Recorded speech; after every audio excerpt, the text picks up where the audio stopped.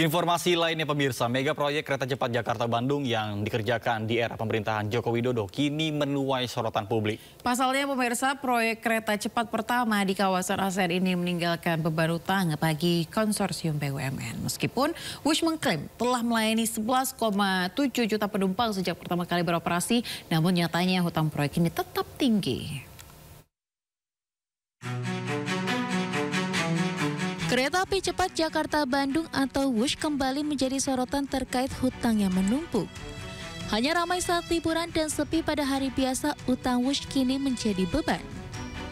Pasca beroperasi, proyek kereta cepat Wush menyisakan utang dengan nilai fantastis yaitu 116 triliun rupiah.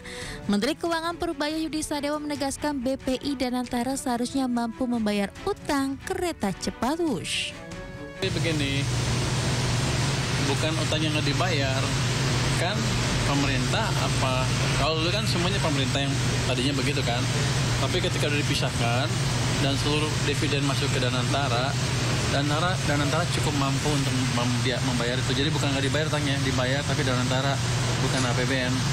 PT Kereta Cepat Indonesia China atau KCIC buka suara terkait keengganan Menteri Keuangan Purbaya menutupi pembiayaan utang kereta cepat Jakarta-Bandung atau Wush. Korporat Sekretari PT KCIC mengatakan tetap percaya dukungan pemerintah dalam mencarikan jalan keluar menyelesaikan masalah utang Wush. Sehingga KCIC percaya bahwa skema-skema yang saat ini sedang dibicarakan, sedang didiskusikan nantinya akan menjadi solusi yang terbaik. Dan tentunya koordinasi juga terus dilakukan bersama kementerian terkait seperti Kemenko Infrawil, Kementerian Perhubungan dan sejumlah kementerian lainnya, serta bersama Danantara, BP BUMN dan juga para pemegang saham.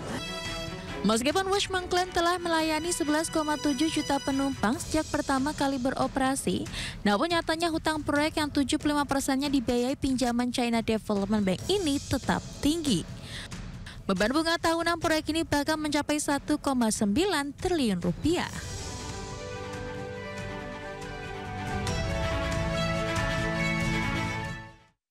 Saling lempar kewajiban bayar utang kereta cepat Jakarta-Bandung terjadi. Ya, Menteri Keuangan tetap enggan bayar utang PT KCIC menggunakan APBN.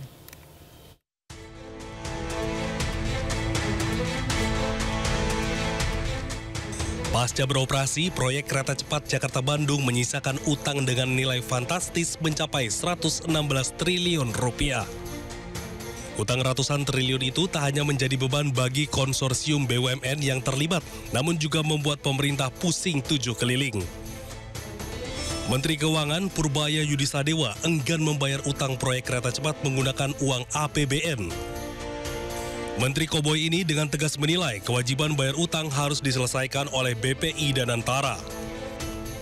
Begini, bukan utang yang nggak dibayar, kan pemerintah apa, kalau dulu kan semuanya pemerintah yang tadinya begitu kan, tapi ketika udah dipisahkan dan seluruh dividen masuk ke Danantara cukup mampu untuk membayar itu, jadi bukan nggak dibayar utangnya, dibayar tapi Danantara bukan APBN. Sikap Menteri Keuangan membuat Danantara mau tak mau harus membayar utang PT KCIC. Tak hanya utang, pemerintah dan otoritas terkait juga harus mengusut dugaan markup pada proyek ini yang membuat beban utang membengkak dan merugikan negara. Dari Jakarta, Tim Liputan iNews melaporkan.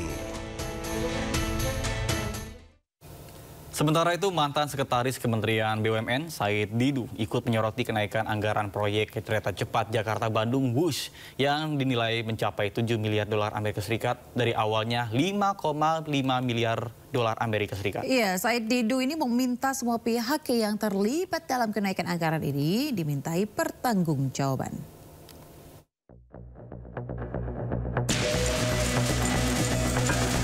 Pihak-pihak yang terlibat dalam proyek Wush telah melaporkan kerugian signifikan akibat proyek ini. Salah satunya PT Wijaya Karya atau Wika yang mencatat kerugian 607,45 miliar pada kuartal 1 tahun 2024 akibat proyek Wush. Mantan Sekretaris Kementerian BUMN Said Didu menyoroti kenaikan anggaran proyek kereta cepat Wush. Said Didu meminta agar semua pihak yang terlibat dalam kenaikan anggaran ini dimintai pertanggungjawaban. Saya pikir bukan hanya UUS, yang lain juga harus dilakukan yang sama. Kalau UUS sangat jelas kan ini harus dicari siapa yang pengambil keputusan kenaikan tersebut. Awalnya kan menyatakan 5,5 miliar dolar. Terus ujungnya naik 7,1 miliar dolar. Artinya 30% loh. Nah, semua orang yang terkait pengambilan kebijakan menaikkan itu harus diperiksa. Karena aturan menaikkan anggaran itu berarti kan ada yang mengambil keputusan.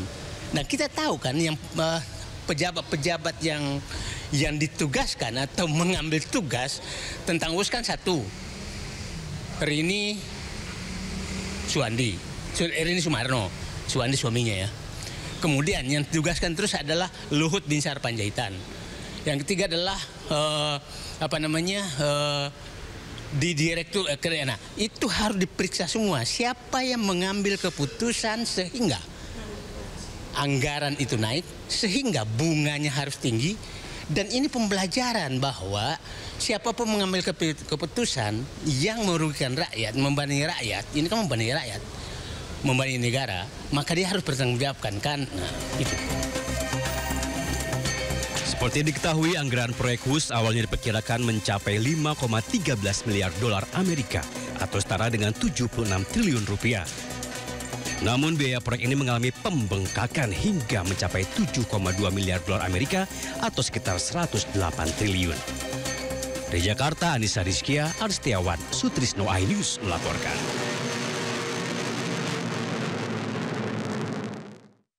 Mantan Menko Polhukam Mahfud MD meminta KPK tidak pasif mengusut kasus korupsi di pembangunan WUS di masa pemerintahan Presiden ke-7 Republik Indonesia Joko Widodo. Ya, Mahfud menyebut kasus dugaan markup pembiayaan WUS sudah diungkap sejumlah pakar sehingga KPK tidak perlu lagi menunggu laporan dari masyarakat.